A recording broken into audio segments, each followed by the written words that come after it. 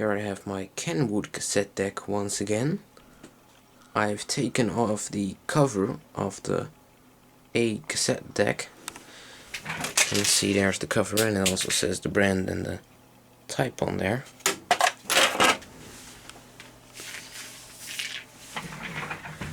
Why I've done this is because I wanted to show the quite interesting mechanism. Hi. Let's turn it on. If I press eject, you can see it opens, and we have the capstan there and the capstan there. We have a head right there to take up two reel holders, which push back. I don't know why.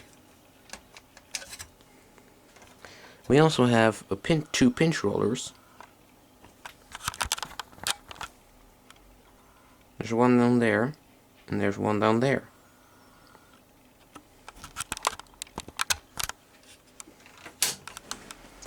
You can see the head right there is on a tray that can flip around.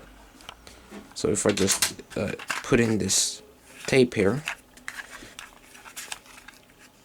good old TDK-SA90,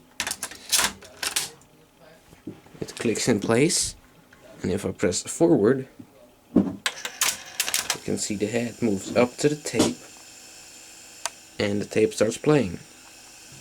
Now if I press stop, the head goes back down and the tape stops. Now if I press reverse, watch this. You can see the head flips around and the tape starts turning backwards. Now press forward and reverse. The head flips around. Kind of an interesting mechanism. If I press rewind, you can see that the head also goes up to the tape, and that's for the music search feature. Rewind and fast forward. There's the tape counter. This tape has some music on it, I don't know what, but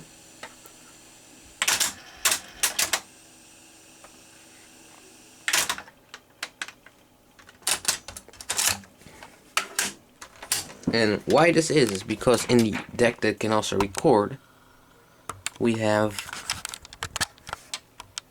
the record and erase head right there. If I can get it to show up in the dark, you can see there's a record head, but also a little erase head next to it. There you can see it. So instead of just moving the head a little bit forward to get into the other track, they just turn the head around, so also that the erase head is on the right side. Now one other thing I want to show you is it has two capstans, but it doesn't use them both together. Let me get a screwdriver here, and if you put it in forward, you can see, oh, it's too dark down there, you can see that pinch roller right there moves up, but this one right here,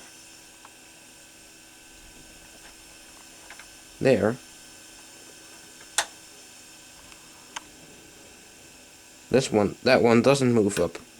But if I now get it into reverse, you can see that one moves up and that one doesn't.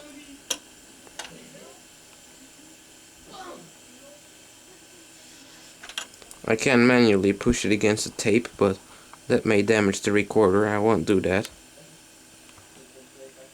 You have even a little forward reverse indicator on the screen. That's forward and that's reverse.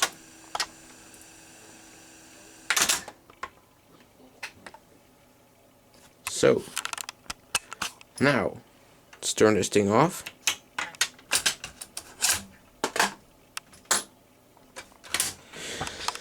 And we'll also unplug it. This is the inside of the Kenwood cassette deck. You can see it is all pretty basic, and this really isn't that high quality, as you can see. very thin and flimsy metal. A very little transformer right there on a circuit board. And we have a main circuit board containing some integrated circuits. There's one, and there's one. I thought it had more, but it's pretty basic. Bunch of capacitors right there. These shielding plates, there's nothing under, next to, or in between them, and well, it makes no sense.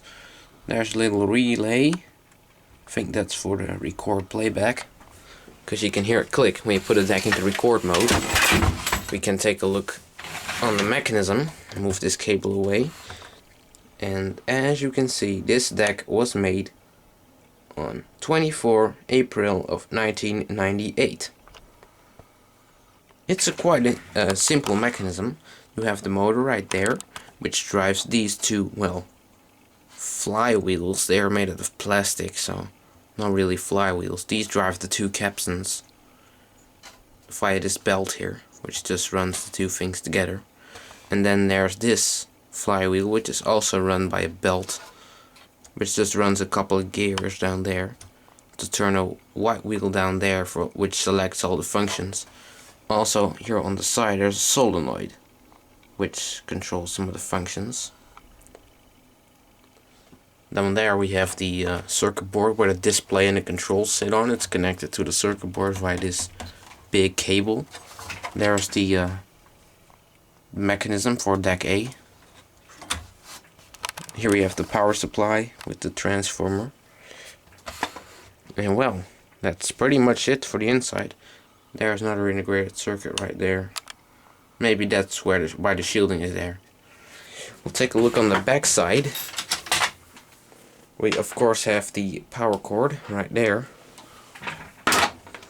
Here we have the inputs. We have line input, which is also marked as a record, and we have line output, also marked as play. Over here we have a couple of plugs for the system control, for connecting it to the receiver and controlling it by remote control.